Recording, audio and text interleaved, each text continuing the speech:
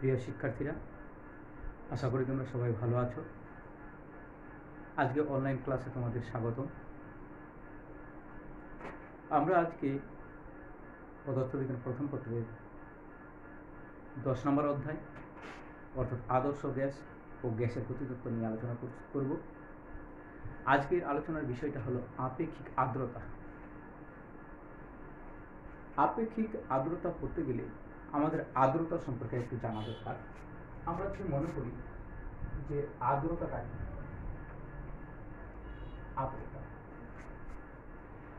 আর্দ্রতা বলতে বুঝতেছি ভেজা, কতটুকু ভেজা আছে। তাহলে বায়ুতে কি পরিমাণ জলীয় বাষ্প আছে সেটা হলো তার আপেক্ষিক আর্দ্রতা, অর্থাৎ সেটা হলো আর্দ্রতা। অর্থাৎ বায়ুটা কি পরিমাণ ভেজা আছে, কি পরিমাণ জলীয় বাষ্প আছে সেটা হলো আর্দ্রতা। অর্থাৎ বায়ুটা যদি শুষ্ক থাকে তাহলে আর্দ্রতা কম, যদি অল্প জলীয় বাষ্প থাকে তাহলে আর্দ্রতার পরিমাণ কম, যদি বায়ুতে জলীয় বাষ্পের পরিমাণ বেশি থাকে তাহলে আর্দ্রতার পরিমাণ বেশি আছে। আমরা পরম আর্দ্রতাটাকে এইটা একটু জানা দরকার। পরম আর্দ্রতা, পরম আর্দ্রতা বলতে বোঝাচ্ছে কোনো একটা নির্দিষ্ট আয়তনে, অর্থাৎ একক আয়তনে যে পরিমাণ জলীয় বাষ্প থাকে সেটাই হলো তার পরম আর্দ্রতা। একক আয়তনে মনে করলাম যে 500 মিটার কিউব আয়তনে 1000 গ্রাম জলীয় বাষ্প আছে, তাহলে 1 মিটার কিউব আয়তনে কী পরিমাণ জলীয় বাষ্প আছে সেটাই হলো তার পরম আর্দ্রতা। অর্থাৎ একক আয়তনে যে পরিমাণ জলীয় বাষ্প আছে বা থাকে সেটাই হলো পরম আর্দ্রতা। আমাদের মূল জিনিসটা হলো আপেক্ষিক আর্দ্রতা। এই আপেক্ষিক আর্দ্রতাকে সাধারণত আর দ্বারা প্রকাশ করা হয়। তো আপেক্ষিক আর্দ্রতাকে আমি এইভাবে লিখতে পারি, আপেক্ষিক আর্দ্রতা সমান হলো, যদি আমি এটা একটা বক্স বা একটা ঘর বিবেচনা করি, নির্দিষ্ট তাপমাত্রায় নির্দিষ্ট আয়তনের বায়ুতে উপস্থিত জলীয় বাষ্পের ভর। মনে করলাম এটা একটা ঘর বা একটা বক্স বা একটা জায়গা। এই জায়গাতে কি পরিমাণ জলীয় বাষ্প আছে, আর ওই তাপমাত্রায় ওই আয়তনের বায়ুকে সম্পৃক্ত করতে প্রয়োজনীয় জলীয় বাষ্পের ভর, মানে আর কতটুকু দিলে সম্পৃক্ত হবে, এই দুইটা ভরের অনুপাতে আপেক্ষিক আর্দ্রতা বলা হয়।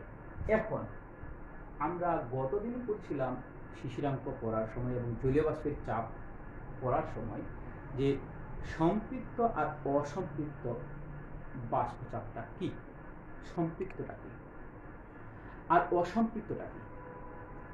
সম্পৃক্তটা হলো আজকে একটা নির্দিষ্ট জায়গার মধ্যে, ধরে নিলাম এটা একটা নির্দিষ্ট জায়গা,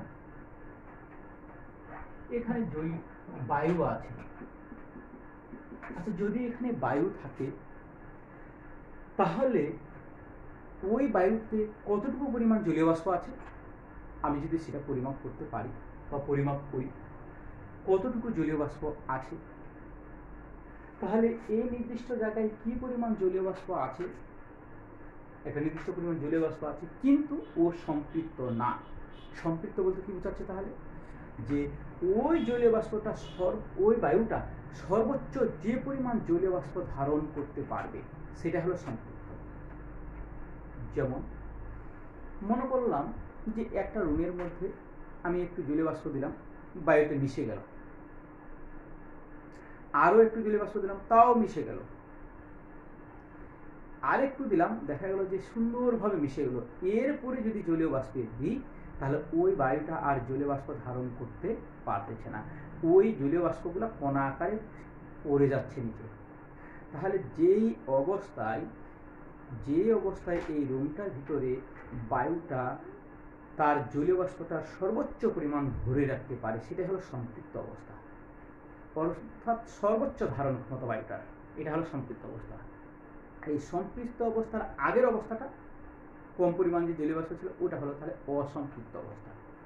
তাহলে বেশি পরিমাণ জলীয় বাষ্প থাকলে এই জলীয় বাষ্পটা তখন করে কি আর বায়ুটা ধরে রাখতে পারে না, সেটা আস্তে আস্তে নিচে পড়ে যায়, শিশির আকারে পড়ে যায়।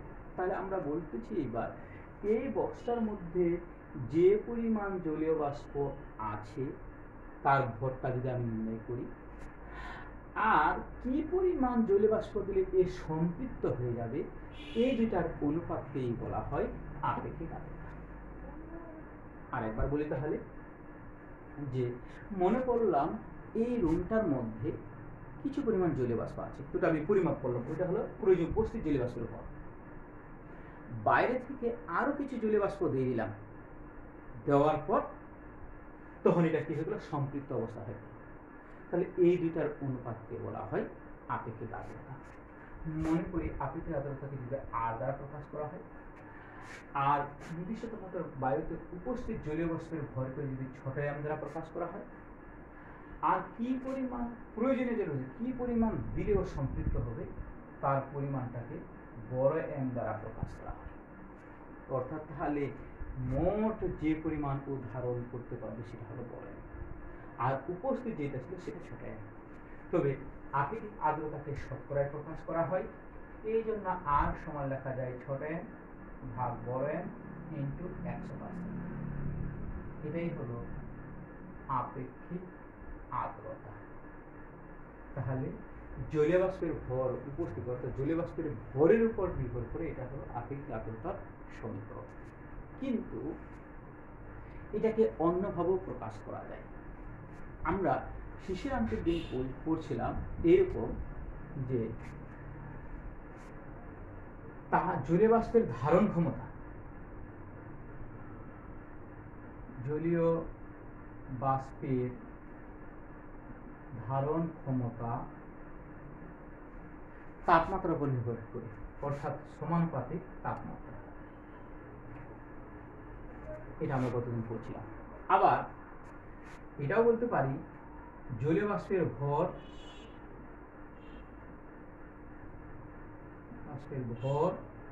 সমানুপাতিক হলো জলীয় বাষ্পের চাপ।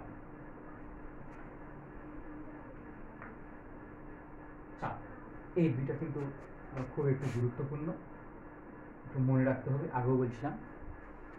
তাহলে এই জলীয় বাষ্পের ধারণ ক্ষমতার তাপমাত্রার সমানুপাতিক, আর জলীয় বাষ্পের ভরটা হলো জলীয় বাষ্পের চাপের সমানুপাতিক। ভর বাড়লে চাপ বাড়বে, আর ভর যদি না বাড়ে তাহলে চাপও বাড়বে না। জলীয় বাষ্পের ধারণ ক্ষমতার তাপমাত্রার সমানুপাতিক। যদি মনে করলাম এখানে যে পরিমাণ জলীয় বাষ্প সর্বোচ্চ ধারণ করতে পারবে, ধরে নিলাম সর্বোচ্চ পরিমাণ জলীয় বাষ্প ধারণ করলো, এখানে যে পরিমাণ, এর তাপমাত্রা একটা ছিল হয়তো ধরলাম 20 ডিগ্রি সেলসিয়াস তাপমাত্রা ছিল, তখন এ সর্বোচ্চ ধারণ করতে পারে ধরলাম 50 গ্রাম জলীয় বাষ্প ধারণ করতে পারতেছে সর্বোচ্চ পরিমাণ। আচ্ছা, আমি যদি এর তাপমাত্রা, তো একই সবকিছু রাখছি, সব একই রাখছি, আমি যদি এর তাপমাত্রা এবার 30 ডিগ্রি করে দিই বা 40 ডিগ্রি করে দিই, তখন কিন্তু কি হবে, এর তাপমাত্রা বাড়লে ধারণ ক্ষমতা বাড়ে যাবে। মানে কি, ও তখন বেশি ধারণ করতে পারবে জলীয় বাষ্প। অর্থাৎ এটা যদি সম্পৃক্ত অবস্থায় থাকে, সম্পৃক্ত অবস্থা, আমি যখন অর্থাৎ 50 গ্রাম জলীয় বাষ্প থাকলে এই রুমের বায়ুটা সম্পৃক্ত অবস্থায় থাকবে, অর্থাৎ 50 গ্রামের আর বেশি জলীয় বাষ্প ধারণ করতে পারবে না। কিন্তু যদি আমি তাপমাত্রা বাড়াই দিলে হবে কি, তাপমাত্রা বাড়াই দিলে ওর ধারণ ক্ষমতা বাড়া যাবে, তখন ও কি করতে পারবে, 60 গ্রাম হয়তো জলীয় বাষ্প ধারণ করতে পারবে। আচ্ছা, যদি ওই 50 গ্রামেই থাকে, তাহলে কি ও তো আরো 10 গ্রাম ধারণ করতে পারবে, তাহলে কি ও সর্বোচ্চ পরিমাণে এখন ধারণ করলো না, তাহলে এটা হয়ে গেল অসম্পৃক্ত অবস্থা। তাহলে তাপমাত্রা বাড়াই দিলে সম্পৃক্ত থেকে অসম্পৃক্ত হয়ে গেল, কারণ ও আরো ধারণ করতে পারবে। সম্পৃক্ত হলো সর্বোচ্চ পরিমাণ ধারণ করতে পারবে, এটা হলো সম্পৃক্ত। কিন্তু যখন তাপমাত্রা বাড়াই দিলাম, ও তখন আরো ধারণ করতে পারবে। তাহলে আরো ধারণ করতে পারবে মানে কি, তাহলে ও অসম্পৃক্ত হয়ে গেল। আচ্ছা, আবার যদি তাপমাত্রা কমাই 20 ডিগ্রি করি, তখন আবার ওর ধারণ ক্ষমতাটা কমে গেল, তাপমাত্রা কমাই দিলাম, ধারণ ক্ষমতা কমে গেল, তাহলে আগের মতো হয়ে গেল, তখন আবার সম্পৃক্ত হতে পারে। অর্থাৎ সম্পৃক্তটাকে আমরা তাপমাত্রা বাড়াই দিলে অসম্পৃক্ত হয়ে যাবে, আর অসম্পৃক্তটাকে যদি আমরা তাপমাত্রা কমাই দিই তাহলে সম্পৃক্ত হয়ে যেতে পারে। যাই হোক, তাহলে আমরা দেখলাম আর জলীয় বাষ্পের ভর যদি বাড়ে যায় তাহলে চাপ বাড়ে যাবে, আর ভর যদি কমে যায় তাহলে চাপও কমে যাবে। আমরা এবার এটাকে একটা কাজ করতে পারি, ভরটাকে চাপের মাধ্যমেও প্রকাশ করতে পারি। ওই আবার আগের মতোও লিখতে পারি, নির্দিষ্ট আয়তন ছিল, তাপমাত্রা নির্দিষ্ট আয়তনের বায়ুতে উপস্থিত জলীয় বাষ্পের ভর, তাহলে ভর আর চাপ যেহেতু সমানুপাতিক তাহলে আমরা উপস্থিত জলীয় বাষ্পের চাপ, আর এখানে লিখতে পারি প্রয়োজনীয় জলীয় বাষ্পের চাপ। অর্থাৎ তাহলে ভরটাকে যদি চাপের মাধ্যমে প্রকাশ করি, এখন বিষয়টা হলো চাপ লিখলাম, আবার আমরা জানি ওই যে জলীয় বাষ্পের চাপটা তাপমাত্রার উপর, অর্থাৎ তাপমাত্রার উপরে, তাহলে আমার এটা নির্ভর করে অনেকটাই, কেমন যে তাপমাত্রা একটা নির্দিষ্ট উপস্থিত জলীয় বাষ্পের চাপ শিশিরাঙ্কে সম্পৃক্ত জলীয় বাষ্পের চাপের সমান হয়ে যায়, তখন এটাকে আমরা লিখতে পারি, আর কে লিখতে পারি আমরা এইভাবে, আর সমান লিখতে পারি তখন ছোট f আর একটা বাংলা থেকে লিখে একবারে তাহলে যে শিশিরাঙ্কে সম্পৃক্ত জলীয় বাষ্পের চাপ, শিশিরাঙ্কে সম্পৃক্ত জলীয় বাষ্পের চাপ, আর নিচে হলো বায়ুর তাপমাত্রায়, বায়ুর তাপমাত্রায় সম্পৃক্ত জলীয় বাষ্পের চাপ। তাহলে বিষয়টা কি হলো যে আমরা যদি তাহলে ভরটাকে চাপের মাধ্যমে প্রকাশ করতে পারি, আর চাপের ফলে যেহেতু তাপমাত্রা একটা নির্দিষ্ট আয়তনের বায়ুতে সম্পৃক্ত নির্দিষ্ট আয়তনের বায়ুতে উপস্থিত জলীয় বাষ্পের চাপটাকে আমরা শিশিরাঙ্ক দ্বারা প্রকাশ করতে পারি, তাহলে শিশিরাঙ্কের সম্পৃক্ত জলীয় বাষ্পের চাপ আর বায়ুর তাপমাত্রার সম্পৃক্ত জলীয় বাষ্পের চাপ, অর্থাৎ তাহলে ভরটাকে আমরা চাপের মাধ্যমে লিখি। এই শিশিরাঙ্কের সম্পৃক্ত জলীয় বাষ্পের চাপকে ছোট f দ্বারা প্রকাশ করা হয়, আর বায়ুর তাপমাত্রায় বা কক্ষ তাপমাত্রায় সম্পৃক্ত জলীয় বাষ্পের চাপকে বড় f দ্বারা প্রকাশ করা। এটাই হলো আপেক্ষিক আর্দ্রতা সমান শিশিরাঙ্কের সম্পৃক্ত জলীয় বাষ্পের চাপ ভাগ হলো বায়ুর তাপমাত্রায় সম্পৃক্ত জলীয় বাষ্পের চাপ।